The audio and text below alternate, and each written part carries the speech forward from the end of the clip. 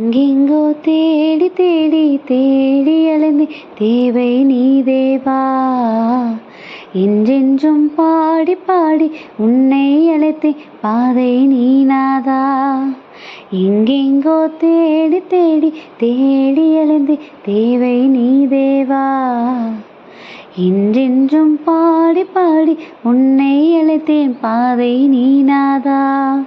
காக்கால மேகம் கண்டும் கனலாடே நாடே நாதா, காக்கால் மேகம் கண்டும் கனலாடே நாடே நாதா. இதயம் திறந்து உதயம் காண் உணதருள் தாரும் இறைவா, என் மனம் சோர்ந்து போகும் வேலை உன்னை கோவி அழைத்தேன் இறைவா இறைவா இறைவா இறைவா இறைவா. தாய்மடி சேரும் செய் போல ஓடி வருவேன், இடையன்பு செய்யும் நல்ல தெய்வம் நீதான், இடையென்றும் காக்கும் வல்ல தெய்வம் நீதான்.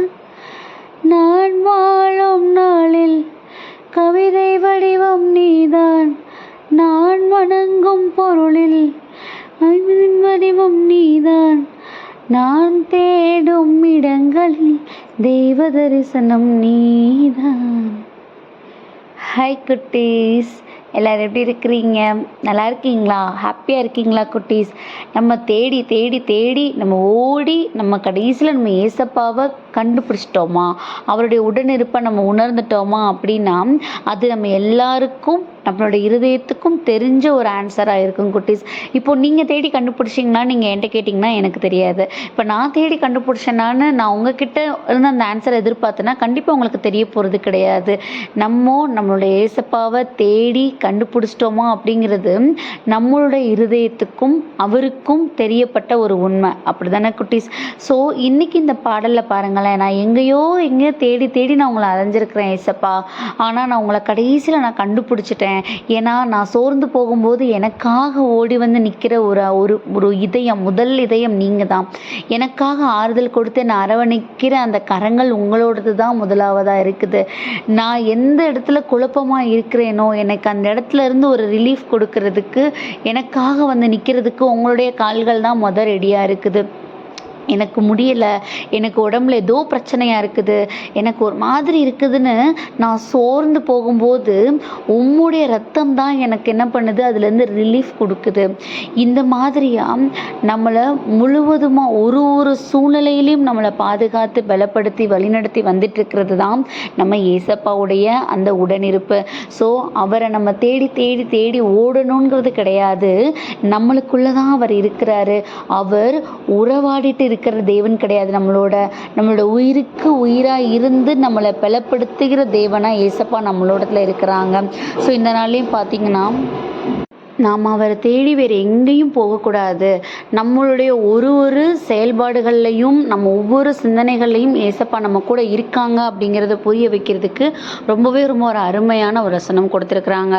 இந்த வசனத்தை நம்ம புரிஞ்சிட்டது மட்டும் இல்லாமல் நம்ம செயல்படுத்த ஆரம்பிச்சிட்டோம் அப்படின்னா நம்ம ஏசப்பாவை தேடி ஓடி போகணுங்கிற அவசியமே கிடையாது. அவர் நம்மளோட உயிர் மூச்சாக இருந்து நம்ம இடத்துலேருந்து எப்படி செயல்படுறாரு அப்படிங்கிறத நம்ம ரொம்பவே அருமையாக புரிஞ்சுக்கலாம் குட்டீஸ். உண்மையிலே நம்ம அவருடைய பிள்ளைகளாக இருக்கிறோம் அப்படின்னா இது வந்து ரொம்ப ஒரு பேசிக்காக நம்மளிடத்துல இருக்க வேண்டிய ஒரு உணர்வு.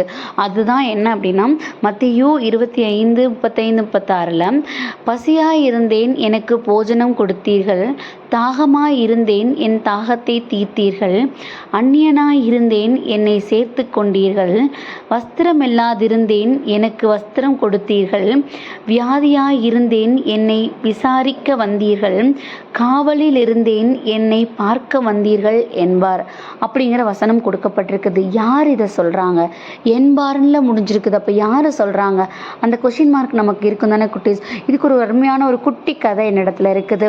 ஒருவேளை இது நமக்கு புரியும்னு நினைக்கிறேன் அந்த கதையின் மூலமா.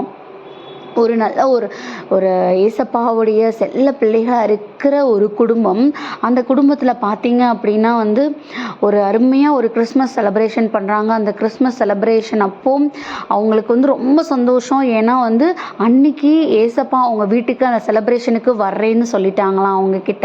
இது ஒரு கற்பனை கதை தான், ஆனால் நீங்கள் இதை புரிஞ்சுக்கிடணும். ஏசப்பா அவங்க வீட்டுக்கு வர்றாங்கன்னு சொன்னதும் அவங்களுக்கு ரொம்ப சந்தோஷம். குட்டீஸ் என்ன பண்ணுறோம், நமக்குலாம் எவ்வளோ சந்தோஷமாக இருக்கும். அது மாதிரி அவங்க வீடு அப்படி ரெடி பண்ணுறாங்க. ஏசப்பா வந்தோடனே ஏசப்பாக்கு இதை கொடுக்கணும் அதை கொடுக்கணும், அந்த மாதிரி எல்லா விதமான விஷயங்களையும் ஏசப்பாக்காக அவங்க என்ன பண்ணியிருக்காங்க, செஞ்சு வச்சிட்ருக்காங்க ரொம்ப இயர்லியராகவே. அதுக்கப்புறம் அவங்க வெயிட் பண்ணிகிட்டே இருக்காங்க. ஏசப்பா வந்த உடனே அவங்களுக்கு இதெல்லாம் கொடுத்து நம்ம ஏசப்பாவை நம்ம சந்தோஷப்படுத்தணும் அப்படின்ட்டு இருக்க காலிங் பெல் அமுக்குறாங்க. காலிங் பெல் சத்தம் கேட்ட உடனே கதவு திறந்து பார்த்தா அங்கே யார் இருக்காங்களாம், ஒரு கிழிந்த ஆடையோட ஒருத்தவங்க. ஏதாவது சாப்பிட இருந்தால் தாங்க, ஏதாவது இருந்தால் கொடுங்க அப்படின்னு சொல்லிட்டு அவங்க கிட்ட கேட்குறாங்களாம். இவங்க என்ன சொல்கிறாங்கன்னா, நான் உங்களுக்கு தர்றோம், ஆனால் கொஞ்சம் வெயிட் பண்ணுங்க, உங்களுக்கு நான் இல்லைன்னு சொல்லலை, ஆனால் கொஞ்சம் வெயிட் பண்ணுங்கன்னு அவங்க என்ன பண்ணிடுறாங்களா, அவங்கள போக சொல்லிடுறாங்களாம். அதுக்கப்புறம் திரும்ப ஒரு ½ அன் ஹவர் கழிச்சு திரும்பியும் ஒரு காலிங் பெல் கேட்குதான். அந்த காலிங் பெல் கேட்டவுடனே அவங்களுக்கு திறந்து பார்த்தாங்க அப்படின்னா அவங்க இடத்துல வேலை பார்க்குறவங்க, அவங்க வீட்டில் வேலை பார்க்குறவங்க இன்றைக்கி என்னால் வேலைக்கு வர முடியல, இந்த மாதிரி முடியாமல் இருக்குது, தயவு செஞ்சு ஏதாவது ஒரு ஹெல்ப் பண்ணுங்க அப்படின்னு கேட்குறாங்களாம். அப்போ அவங்க என்ன சொல்கிறாங்களாம், கண்டிப்பாக நான் உங்களுக்கு செய்து கொடுக்குறேன், ஆனால் நான் ஒரு முக்கியமான ஒருத்தவங்க வர்றதுக்காக நான் வெயிட் பண்ணிகிட்ருக்கேன், ப்ளீஸ் கொஞ்சம் வெயிட் பண்ணுங்கள், நான் கண்டிப்பாக உங்களுக்கு நான் அதை செய்து கொடுக்குறேன், உங்களுக்கு செய்து கொடுக்காம நான் எப்படி அப்படின்னு சொல்லி அவங்களோட சூழ்நிலையை புரிஞ்சுக்கிறாங்க. ஆனால் அவங்கள என்ன பண்ண வைக்கிறாங்க, அவங்கள வெயிட் பண்ண வைக்கிறாங்க. இன்னும் நேரம் ஆகி ஆகி ஆகி ஏசப்பாவை காணுமா குட்டீஸ்.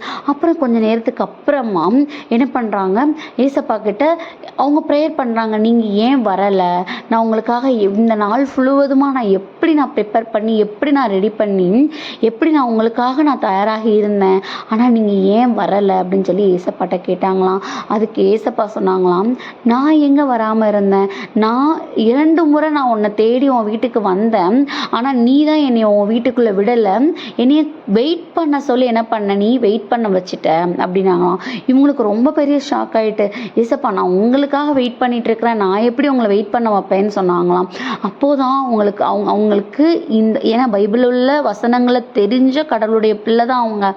அப்போதான் ஏசப்பா சொல்கிறாங்க, நான் முதலாவதாக அந்த கிழிந்த ஆடையோட உணவுக்காக நின்னதும் நான் தான், 2வதுமா உன் வீட்டில் வேலை பார்க்குறவங்களா உன்னிடத்துல இருந்தே ஒரு ஆளாக நான் நின்னேன், ஆனால் நீ என்ன பண்ணல, என்னைய நீ அதுக்காக நீ என்னை ஏளனப்படுத்தலை, ஆனால் நீ என்னை வெயிட் பண்ண வச்சுட்டு நான் வருவேங்கிறது நீ எதிர்பார்த்திருந்த, உன்னோட இருக்கிற மனிதர்கள் மூலமாக தான் நான் உன்னை சந்திப்பேன், ஸோ நீ என்னை இந்த தடவை நீ என்ன பண்ணிட்ட, உன் வீட்டில் உபசரிக்க நீ தவறிட்டேன்னு ஏசப்பா சொன்னாங்க. இவங்களுக்கு ரொம்ப வருத்தமாயிட்டான் குட்டீஸ்.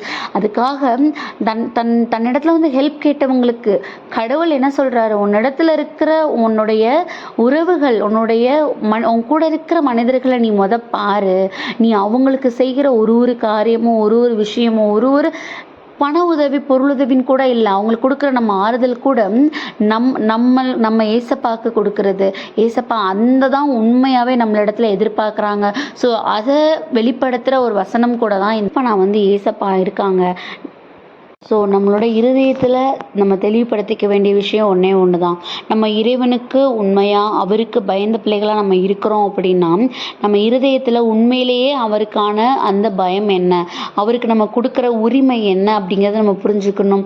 ஸோ அவருக்கு செய்கிறது, அவர் நம்மளோடு இருக்கிற நம்ம போன்ற மனிதர்களுக்கு தேவையான ஆறுதலையும் அவங்களுக்கான உடனிருப்பையும் எப்போ நம்ம நிறைவாக கொடுக்குறோமோ, எப்போ அந்த சப்போர்ட் நம்ம கொடுக்குறோமோ, கண்டிப்பாக நம்ம அது ஏசப்பாவுக்கே நம்ம செய்கிறதா என்னது அதுதான் அர்த்தம் அப்படின்னு இன்னைக்கு நமக்கு வசனத்தில் கொடுத்துருக்காங்க.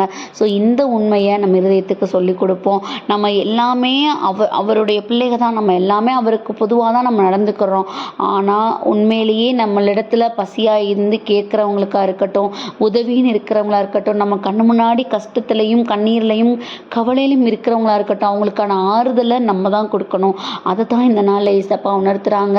ஏன்னா இப்போ இப்போ இருக்கிற இந்த உலகப்புறமான வாழ்க்கையில் தனக்கு நமக்கு எல்லாம் இப்படி இருக்கணும் அப்படி இருக்கணும்னு ரொம்ப ஒரு செல்ஃபிஷான ஒரு உலகத்தில் தான் நம்ம இருந்துகிட்ருக்கோம். அப்படி தானே குட்டீஸ்? ஆனால் அப்படி இருக்கக்கூடாது.